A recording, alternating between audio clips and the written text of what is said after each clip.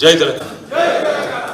గౌరవనీయులు పెద్దలు, మన జనగామ శాసనసభ్యులు సోదరులు, మీ అందరికీ ఆప్తులు పల్లా రాజేశ్వర రెడ్డి గారు, గౌరవనీయులు రాష్ట్ర మాజీ ఉప ముఖ్యమంత్రి గారు, గన్పూర్ మాజీ శాసనసభ్యులు పెద్దలు రాజన్న గారు, సివిల్ సప్లైస్ కార్పొరేషన్ మాజీ అధ్యక్షులు మారెడ్డి శ్రీనివాస్ రెడ్డి గారు, Telangana state industrial infrastructure corporation మాజీ అధ్యక్షులు యాదరి బాలమల్లు గారు, పార్టీ జనరల్ సెక్రటరీ గారు, అదేవిధంగా వేదికపైన ఆసీనులైన మా తమ్ముడు రాష్ట్ర విద్యార్థి విభాగం అధ్యక్షుడు గెల్లు శ్రీనివాస్ గారు, అదేవిధంగా సోదరుడు తుంగ బాలు గారు, మన పెద్ద సోదరుడు సంపత్ గారు, అదేవిధంగా మేడం సరిత గారు, అదేవిధంగా సోదరుడు ఈరోజు పార్టీలోకి విచ్చేసిన తిరిగి పునరాగమనం వారికి తెలుసు భయ్య రవణకు, బుచ్చన్నకు, ప్రవీణ్ అన్నకు, అదేవిధంగా తిరుపతికి నలుగురికి, వారితో పాటు విచ్చేసిన మా సోదరులకు, సోదరిమణులందరికీ, పాత్రికేయ మిత్రులకు,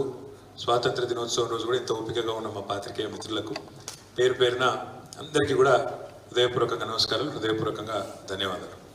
ఈరోజు చాలా సంతోషంగా ఉంది, ఎందుకంటే మొదటిది స్టేషన్ గన్పూర్ నియోజకవర్గంలో నాకున్న అవగాహన మేరకు ఎందుకంటే మొన్న నేను ఢిల్లీలో కూడా అక్కడ సుప్రీంకోర్టు సీనియర్ లాయర్స్తో కూడా కలిసి వచ్చిన కూడా చెప్తా ఉన్నా, తప్పకుండా తొందరలోనే స్టేషన్ గన్పూర్లో ఉప ఎన్నిక వస్తుంది, తప్పకుండా అందులో మళ్ళీ తిరిగి రాజయ్య గారి గెలుపుకి ఈరోజు ఒక మొదటి అడుగు పడిందని నేనైతే అనుకుంటాను మనస్ఫూర్తిగా.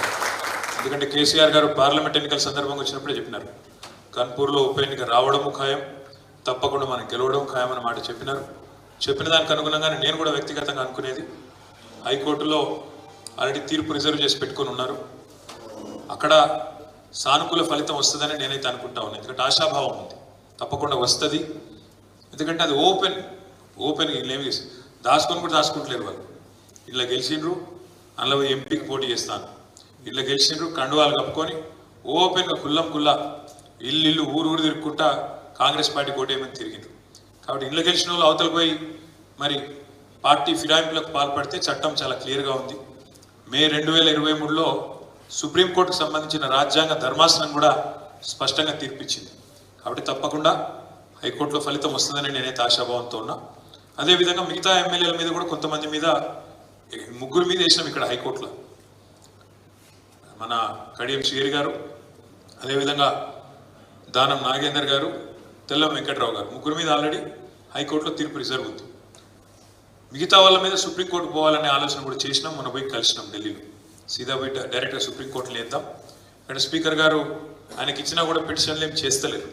కాబట్టి స్పీకర్ గారు జాప్యం చేస్తున్న విధానం కానీ, స్పీకర్ గారు కావాలని రాజకీయ పక్షపాత వైఖరి ఏదైతే అవలంబిస్తున్నారో వీటన్నిటి మీద అవసరమైతే నేరుగా సుప్రీంకోర్టుకి పోవాలనే నిర్ణయం కూడా తీసుకున్నాం. తప్పకుండా మీరు అది కూడా తొందరలోనే చూస్తారు. అందుకే ఒక మంచి శుభారంభం, స్టేషన్ గన్పూర్లో మంచి నాయకులు ఎవరైతే గతంలో దూరమైనారో తిరిగి రావడం, నాకు తెలిసైతే గన్పూర్లో విజయ డంకా మోగించడానికి ఇది మంచి ముందడుగని మనస్ఫూర్తిగా.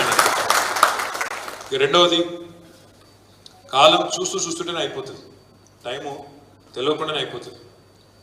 సరే, మనం పోయిన డిసెంబర్లో ఓడిపోయాం, డిసెంబర్ 3 నాడు ఫలితం వచ్చింది, మనం ఓడిపోయినాం. కొద్ది స్వల్ప తేడాతో ఓడిపోయినాం. పెద్ద మనకేదో శరాఘాతం లాగా పేద తలగకూడని దెబ్బేదో మనకేం తలగలేదు.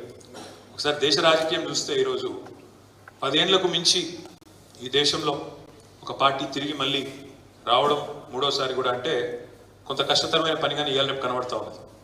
అట్లాంటిది మనం 2014లో 63 సీట్లతో అధికారంలోకి వచ్చినాం. 18లో ఇంకొక 25 సీట్లు పెంచుకొని 88 సీట్లతో అధికారంలోకి వచ్చినాం. 2023లో కూడా నిజంగా చెప్పాలి అంటే మనకు జరిగిన ఓటమి పేద ఓటమి కాదు, 39 సీట్లలో గెలిచినాం మనం. 119లో 39 అంటే మూడో వంతు, 119లో 39. ఒక 14 సీట్లు జర్రలో పోయినాయి. 1100 ఓట్లతో జుక్కలు పోయింది, 1300 ఓట్లతో దేవరకద్ర పోయింది, అట్లా 3000 ఓట్లతో బోధన్ పోయింది, 3000 ఓట్లతో కాగజ్ నగర్ పోయింది, 3000 ఓట్లతోనే ఆదిలాబాద్ పోయింది. అట్లా 5000, 6000 లోపల పోయినాయి 14 సీట్లు ఉన్నాయి. అందులో మనం దెబ్బన సగం గెలిచినా ఇలా కథ వేరే ఉంటుండే. దాని గురించి ఇప్పుడు అనుకోని లాభం లేదు, ఒలికిపోయిన పాల్గొని అయిపోయింది. అయ్యో ఏమో జరిగిపోయిందని మనల్ని కొంతమంది బాధపడ్డారు, కొంతమంది బేజారైనరు, కొంతమంది ఆగమైనరు, కొంతమంది కాట కలిసింది. ఈ లోపల పార్లమెంట్ ఎలక్షన్ వచ్చింది. పార్లమెంట్ ఎలక్షన్ ఎందుకో ఈసారి మొత్తం మీరు ఒక్కసారి ఆలోచిస్తే జాగ్రత్తగా దేశవ్యాప్తంగా ఒకటే ట్రెండ్ ఉన్నది, కిందికి వెళ్ళి మీద దాకా. ఏం జరిగింది పార్లమెంట్లో?